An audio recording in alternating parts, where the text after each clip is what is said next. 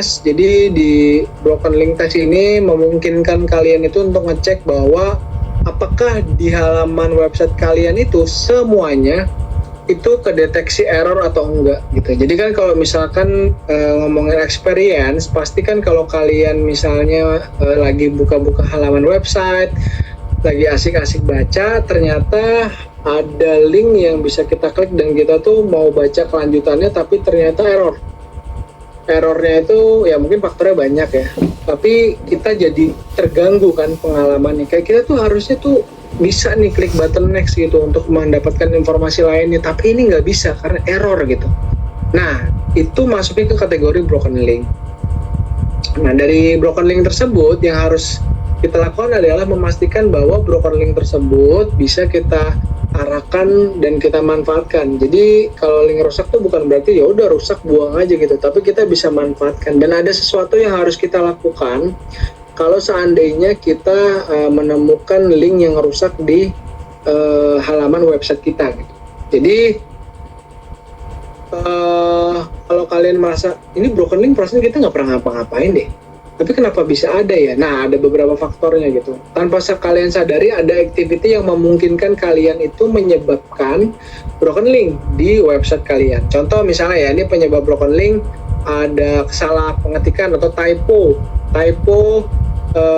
judul. Apalagi biasanya ada beberapa content management system atau CMS yang dia tuh ganti judul, URL-nya juga ganti, atau misalnya URL-nya ganti, title-nya hilang, kayak gitu-gitu. Jadi itu tuh akan berpotensi untuk menghilangkan atau membuat website menjadi rusak gitu. URL pada website itu jadi rusak. Yang kedua, untuk perubahan alamat domain, misalnya kalian revamp atau misalnya domainnya ganti jangan .net, ganti .me atau .ok atau .xyz. Nah, tentunya ini akan berpengaruh juga gitu, karena alamat domain itu akan memindahkan semua konten dan elemen yang ada pada server, sehingga URL yang biasanya kita akses tuh normal, ketika alamat domainnya berubah, maka URL yang ada di URL lama itu juga akan hilang, juga akan berubah. Makanya itu harus dilakukan sesuatu gitu. Nah, terus perubahan direktori website. Nah, ini biasanya terjadi misalnya kalian lagi bikin buru-buru mau bikin artikel, setelah kalian publish ternyata kategorinya salah. Jadi misalkan kalian nulis berita sport, terus kalian masuk ke kategorinya misalnya fashion gitu. Nah, salah, terus kalian udah publish baru nyadar setelah 1 hari. Biasanya Google udah ngindeks tuh di Google. Terus ternyata kita ubah, wah kategorinya salah nih, kita ubah. Lalu Google akan menggunakan URL tersebut otomatis ya, masih diindeks, lalu ketika dibuka itu halamannya hilang. Nah, tentunya itu karena perubahan direktori, perubahan URL. Jadi contohnya misalnya www.idntimes.com/sport atau /olahraga /apa. Terus kita ubah jadi /fashion, kita ubah jadi /woman, /grooming. Nah, itu kan direktorinya atau posisi slashnya itu ya, taksonominya itu kan berubah. Nah, slash itu kalau di website dibacanya direktori. Jadi slash ini direktori. Misalkan www.idntimes.com/sport, itu berarti dia ada di direktori sport. /football dia di direktori /sport/football. Sama kalau kalian buka folder di laptop itu kan ada tuh /dokumen /apa. Nah, itu namanya direktori. Kalau di website itu juga sama disebutnya direktori. Lalu file system atau konten yang terhapus itu secara nggak sengaja bisa jadi juga, karena kita nggak tahu ya file system itu bisa terhapus secara otomatis, kayak misalnya kita tidak membackup filenya atau servernya, ternyata terserang apa, kita nggak tahu nih, tiba-tiba filenya terhapus aja. Atau secara nggak sengaja kita menghapus filenya, file yang harusnya nggak kita hapus tapi nyangkut kita hapus, itu juga akan hilang. Terus untuk problem cookies sama cache dan DNS itu juga akan bisa berpengaruh ya. Misalnya kita lagi berubah sesuatu, terus cookies and cache-nya nggak kita setting, akhirnya dia akan berubah karena cookies dan settingnya itu masih nempel di browsernya gitu. Jadi broken link itu faktornya banyak banget. Jadi disarankan kalau kaitannya sama ini ya, itu kalian pakai incognito mode, pakai private browser, jadi clean, nggak ada cookies, nggak ada cache, nggak ada settingan apa-apa, kecuali DNS ya. Kalau DNS itu dari sisi tembakan server yang nembak ke domain dan juga hosting atau server ya. Hosting atau server itu sama ya teman-teman. Terus efek buruknya apa? Broken link experience. Lagi-lagi experience ya, pengalaman usernya jelek, pengalaman bot crawlernya jelek.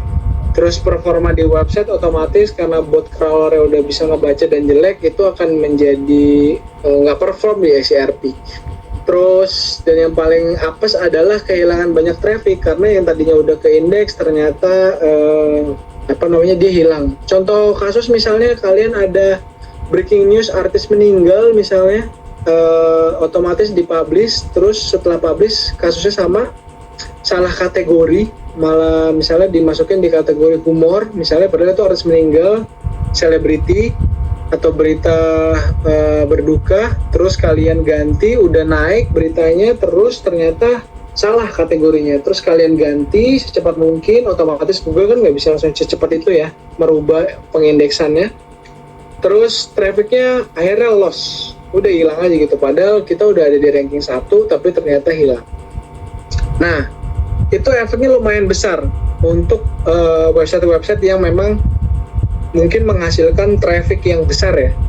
Kalau trafficnya dikit ya mungkin nggak terlalu berpengaruh, tapi kalau trafficnya besar itu akan sangat berpengaruh. Terus ada konten yang tidak tersampaikan ya, of course kalau misalnya trafficnya hilang, kontennya hilang, nggak relevan, linknya rusak ya, kontennya jadi nggak tersampaikan. Karena konten apa yang mau disampaikan, orang rusak linknya, jadi nggak ketemu sama sekali, kontennya otomatis nggak akan tersampaikan. Terus yang paling buruknya adalah website akan mendapatkan citra buruk. Ini kalau website udah dapat citra buruk ya udah orang akan mencap lah ya, ini ternyata websitenya jelek banget nih, nggak mau lagi buka website kayak gini. Ujung-ujungnya kalian akan kehilangan pengguna. Nah itu efeknya sangat buruk untuk jangka panjangnya kalian gitu ya, tidak akan sustain. Terus kalau kalian merasa ingin mencoba, kira-kira website saya ada link rusaknya nggak sih?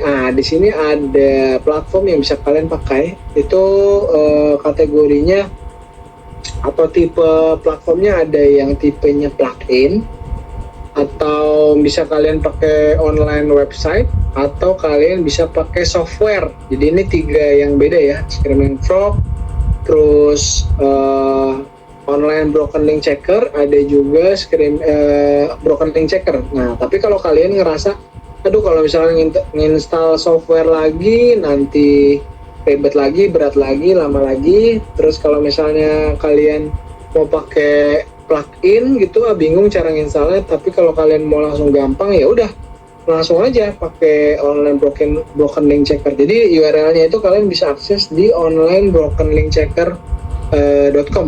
Jadi langsung ya, kalau misalnya kalian buka halaman online broken link checkernya itu nanti kalian akan diminta memasukkan URL, lalu kalian akan diminta memasukkan security code-nya.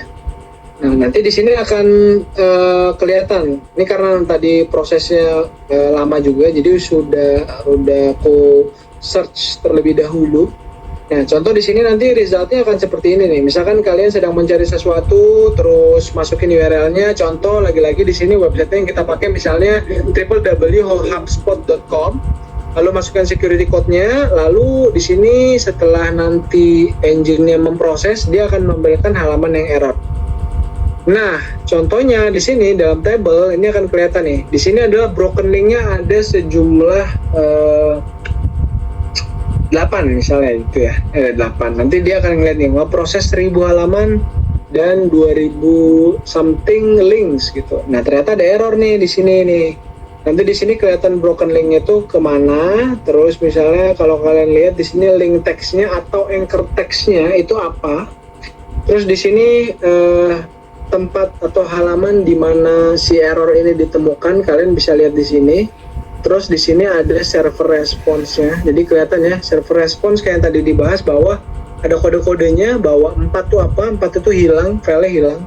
Jadi kalau kalian ngerasa pengen melihat ini tuh ternyata broken linknya tuh ke arah sini ya, kenapa ya broken linknya hilang, terus kita mau lihat nih, oh ternyata di sini anchor text-nya yang here, terus kita mau lihat URL-nya, terus kita mau lihat source-nya. Nah, ini kita bisa buka halamannya, ini filenya hilang ya. Nah, di sini ada company, contact, terus di sini lihat yang ya. Ada berapa? Ada berapa here di sini? Coba kita lihat ya.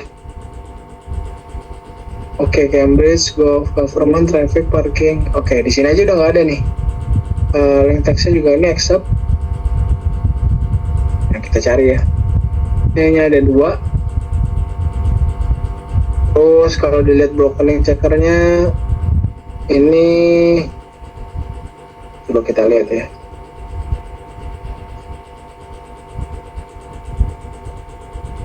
Ini, oh ya, ini tadi halaman websitenya, lalu ini bagian broken linknya nggak ketemu kan. Coba kita lihat yang bagian contoh lagi, yang bagian grow event. Misalnya kita mau lihat URL-nya. Ini yang bagian HubSpot newsroom. Terus kita lihat source-nya.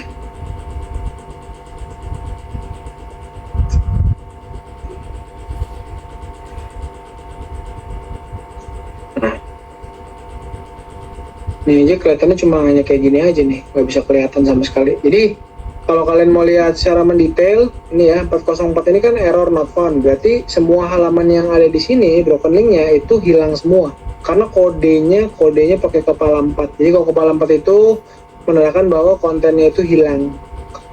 Nah, kalau misalnya kalian sudah menemukan halaman atau daftar broken linknya, ini kalian harus segera copy. Terus kalian bawa ke tim developer kalian, terus kasih bahwa ini ada halaman yang error. Nanti halaman yang error ini tolong di-fixin ya. Jadi halaman error ini kalau memang halamannya sudah hilang atau halaman ternyata di shutdown, berarti ini harus dilempar ke halaman forover untuk penanda bahwa ini halamannya sudah tidak dipakai lagi. Tapi kalau misalnya kalian mau langsung arahkan ke halaman lain, contoh ya, misalkan kalian mau arahkan ke halaman produk atau kalian mau arahkan ke halaman homepage, itu juga nggak apa-apa. Yang penting jangan sampai link rusaknya ini itu sampai ke user, karena itu akan mengganggu experience user. Ini boleh dicek ya, kalau kalian menemukan lebih banyak itu akan lebih PR untuk kalian. Jadi kalau di dalam proses ini kalian masih menemukan hal-hal yang kira-kira lumayan banyak ya errornya, itu segera bawa ke tim developer, lakukan tindakan preventif, lalu arahkan website-websitenya ke halaman yang memang sudah kalian tentukan atau kalian marking dengan tanda 404 error page gitu. Ini karena masih berjalan juga sih ini, jadi prosesnya masih terus berjalan. Oke. Nah, itu untuk broken links. Terus ini tadi kita udah coba ya. Kalau udah selesai itu kalian akan ada status completed. Kalau misalkan belum, akan seperti tadi, prosesnya akan masih terus berjalan. Halamannya yang dicek itu karena mungkin banyak ya HubSpot, jadi prosesnya lama. Terus jumlah link yang ada di dalam website juga sangat-sangat banyak, itu juga akan menjadi lama.